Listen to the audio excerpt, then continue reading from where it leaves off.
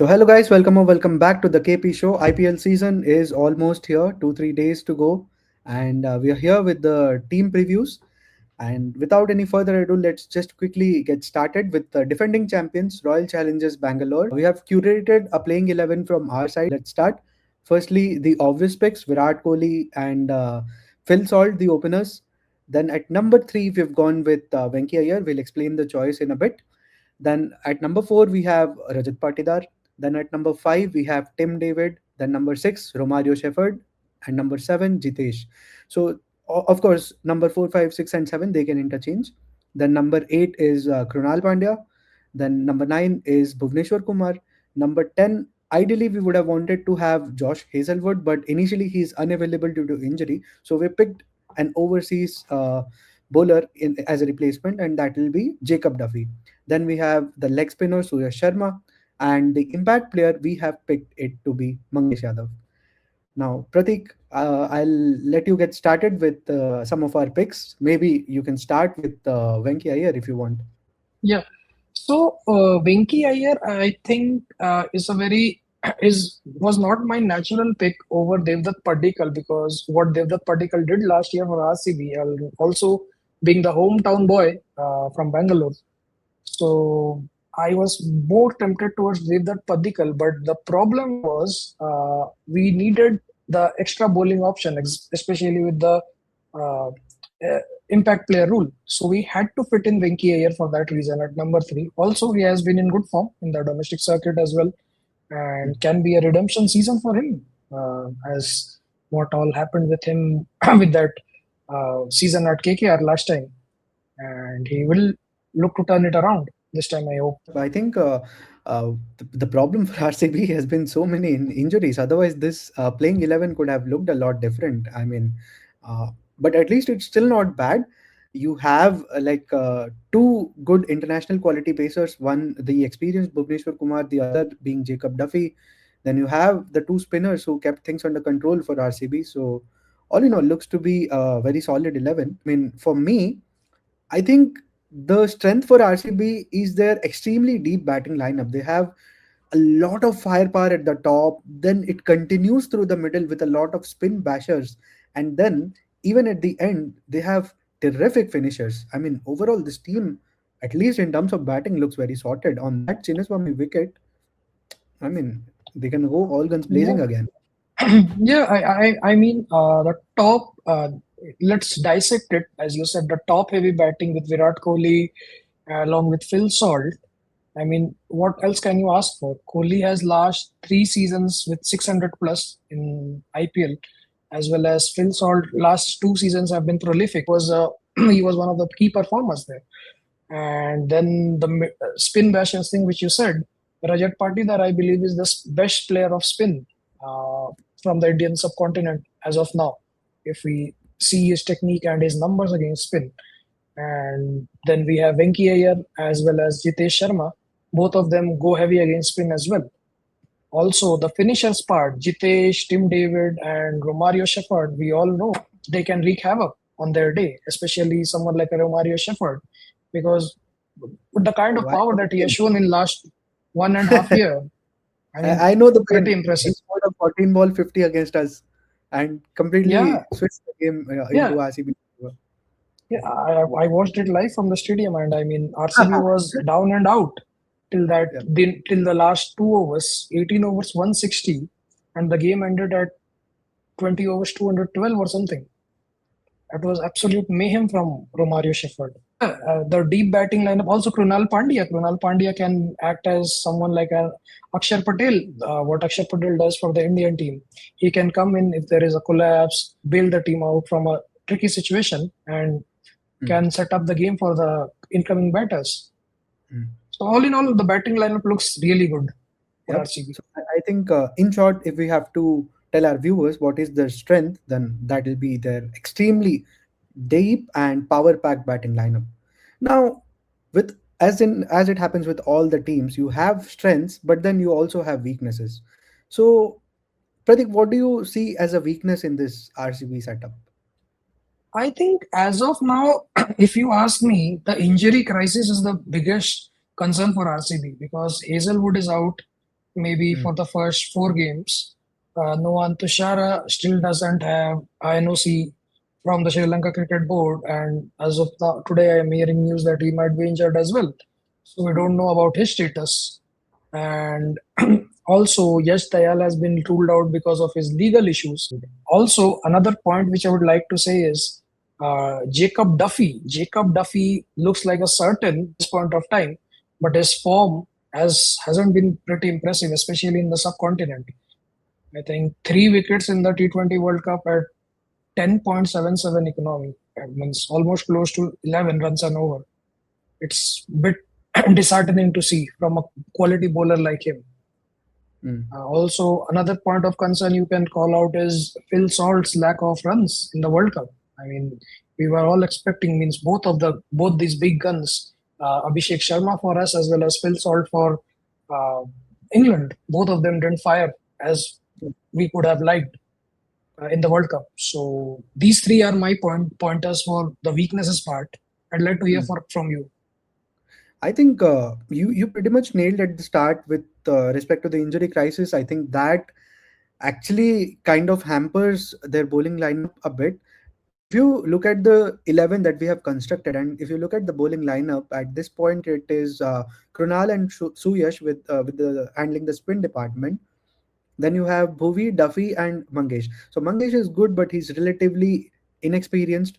Uh, you replace those two bowlers, Jacob Duffy with a Hazelwood and Mangesh Yadav with, let's say, if you make some changes with the 11, then you could maybe sit out a Romario Shepherd, and then you could have gotten maybe a Tushara or somebody, right? That could have bolstered their bowling lineup a bit. But given what we see, Romario Shepherd is a certainty in the 11. So is Tim David. So is Will Salt. So anyway, they were gonna go with only one overseas seamer, which was Bowler. Hazelwood. So the only case here is if Yash Dayal was fit, then it would have been a very good bowling lineup with five sorted out bowlers. But at this point of time, even if Hazelwood is back, there will still be one bowler short. So that fifth bowler is going to go for plenty of runs. And I think that's the key for opponents as well. And that is why I feel that bowling is kind of lacking. Last season they were able to perform very well, but this season I think that is a point where it could be a bit of letdown. They'll again highly rely on Josh Hazelwood and Bhuvi to open the bowling, but at the death they don't have any proper backups. At death, I really don't know who is going to partner with Bhuvi this time because Bhuvi is all alone with the new Yeah, ball as well as with the at the death. It's really yeah, going to be tough for RCB this time to get that combination right, especially at the start of the tournament. yeah, yeah. So let's move on to our next segment. The next segment for us is opportunity, or how we put it simply is how to beat this team. Like if we are planning for a team against RCB, how do we beat them? So I have one thing. So we did say that they have a very power packed and strong batting order with a lot of depth. However, I see a weakness in there, not a weakness per se, but let's say if we get Virat Kohli and maybe a Phil Salt out early, like within the first 1 or 2 overs, then how do the others tackle the situation? Yeah, Venkaya Iyer at three helps a lot, but apart from him and Patidar, maybe if we get one more wicket, can Tim David, Romario Shepherd, these guys we know if it's 5 overs or 7 overs to bat, they are extremely dangerous and can kill the game, absolutely kill the game. But if they're exposed against the new ball within the first 3 overs and they have to firstly stable the ship, then get some big runs, probably they'll send in a Krunal in that situation. But that is where the opportunity lies for the opposition, and like I said, targeting the fifth bowler, and in present situation even the fourth bowler. So those are Yeah, the two things that the opposition would look into to beat RCB. What are your yeah, thoughts? yeah, even I'll agree to it. I mean, my point was targeting the death overs is the most significant thing to do with RCB. Because last year, if you see, there was at one point in the tournament, Bhuvi and Hazelwood combined had the best economy rate at the death, means from 17 to 20 overs, the last 4 overs. These two had the best economy rates, and that's that helped RCB win very important games. If you remember one game against Rajasthan Royals here in Bangalore, Rajasthan were just cruising through. Jaiswal got to a flyer of a start. I think Suryavanshi was playing that game or not. I don't. Yeah, he was playing that game. He hit a couple of sixes of Bhuvi before he got him out, and they were absolutely flying. They needed something like 3 overs, 24 or something with 4 or 5 wickets in hand. Jurel and Hetmeyer were batting, and Hazelwood comes in. He gives it a one-run over and Hmm. completely flips the game on its head. And at the end, Rajasthan lose by I think 6 or 7 runs in that game, and they had absolutely no business there. They should have won that game with an over to spare. They lost the game by comfortably 8 or 9 runs. 2 overs 19 were required. Hazelwood bowls one over, one run, 3 wickets, and last over turned to 18 runs, and they lost the game completely. That's how good they were at the death. And this time, with Dayal missing, Hazelwood not there at the start, Duffy is not a death bowler. Let's be honest. Yeah, he's a new And ball bowler. there is a big chink in their armor this time, I think, in the death bowling department. Another point I can say is I think that it's more part than a with, chink. I think it's more than a chink. It's a crack, to be honest, in the armor yeah, at yeah, this point of true. time. Unless It, Hazelwood comes back, and again, let's not forget he's coming in from an injury. We don't know how fit he will be. Of course, if he's coming back, he'll be fully fit. But how accurate he will be, because it's not easy coming back from an injury. You yourself being a bowler, you know how many times you've gotten injured, and then how difficult it was to make a comeback and get into rhythm. And in a tournament like IPL, with the pressure mounting with every game, it's very difficult. So we don't know what's going to happen with him. and also the second part which you told that what happens if we get some early wickets of Phil Salt or Virat Kohli cheaply. So Virat Kohli, I think, is again the kingpin here of their batting.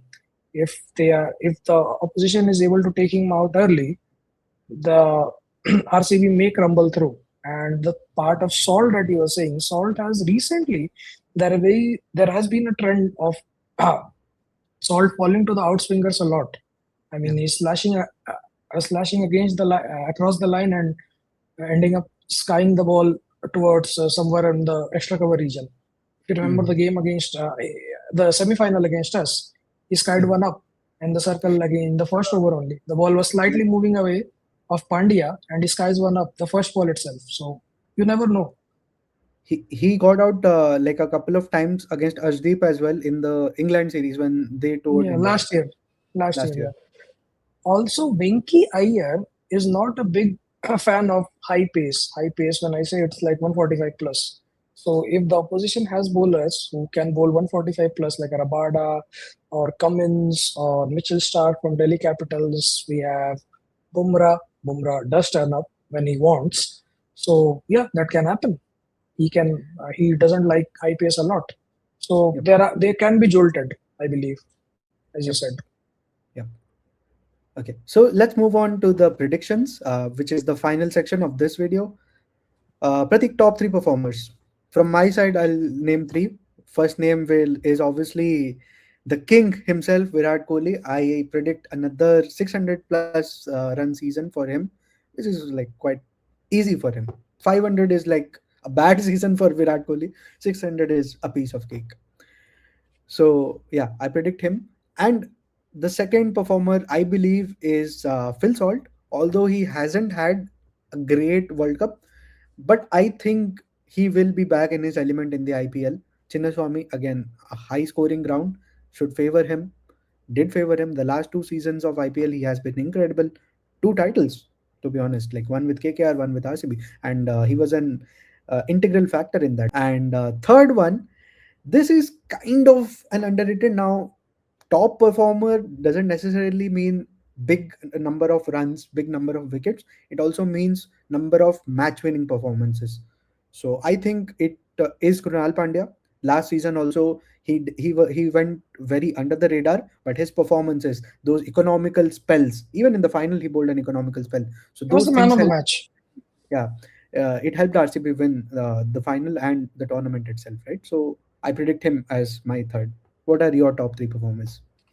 I have Virat and Krunal as two of us, means common. And my third player will be Tim David. Oh, Because if you see the numbers Tim David has produced, before coming into the World Cup for the last 1 year for Australia, batting at number 4 and 5. They were just incredible. Glenn Phillips and Harry Brook, they were the only guys who could have come close with the way Tim David was batting at number 4. And he's not, mind you, he's not a number 4 batter. Maxwell used to do that role for them, and he fitted into a new role so brilliantly. Also, if last year, if you see, Tim David was pivotal with the way RCB played. Yeah. Even in the games that their batting completely faltered, Tim David was the lone warrior. That game against Punjab, where everybody got out, he got a 80. And although they lost the game, but still, Yeah. he It made was a some good one. runs. And I think with Romario Shepherd and Jitesh down the order, I think Tim David will be allowed to bat a little higher this time, for sure. Mm. And Tim David can be a major impact player. Also, he has Mm. improved his game against spin a lot, so that Mm. is also going to favor a lot. So, surprise performer, one underrated guy who you think will help RCB do extremely well this season. I won't say surprise performer, but I'd say I'll put my money on Suyash Sharma because for me in the RCB lineup, he's the make or break guy. If he goes for runs, RCB loses.